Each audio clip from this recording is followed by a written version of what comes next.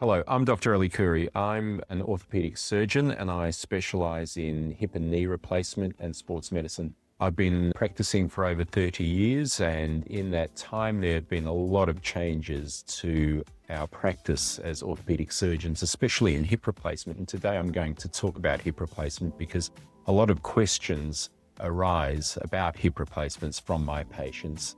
So we will talk about what it requires for you to have a hip replacement, what it means and what the impact is and what the rehabilitation is. First up though, I want to talk about what symptoms you need to have to warrant or merit a hip replacement. The first thing is most of my patients have severe hip arthritis, but that's not enough sometimes. The other problem that people present with is severe pain and inability to walk far. And by an inability to walk far, I know more than 100 or 200 meters without having significant pain or having to rest. A lot of my patients with hip disease have night pain or rest pain, uncontrolled by medication like Panadol or anti-inflammatory tablets. And specific to hip replacement, a lot of patients do complain of stiffness in being able to bend down, put their shoes and socks on, tie your shoelaces, pick something up off the floor. So all of these symptoms combined, along with severe arthritis of the hip, can be an indication to have a hip replacement.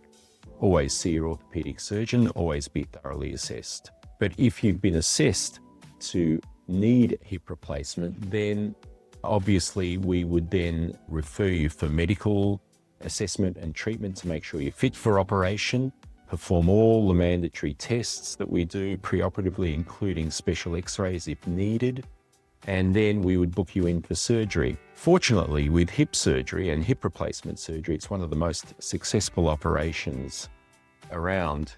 A hip replacement that's performed in Australia with modern techniques by a hip surgeon would be expected to last over 20 years in over 90% of cases. Make sure that before your hip operation, you're well and healthy and have all your risk factors controlled, like high blood pressure and diabetes. Make sure you're exercising. Don't smoke, as there are high rates of infection and wound complications with smoking. Drink alcohol moderately.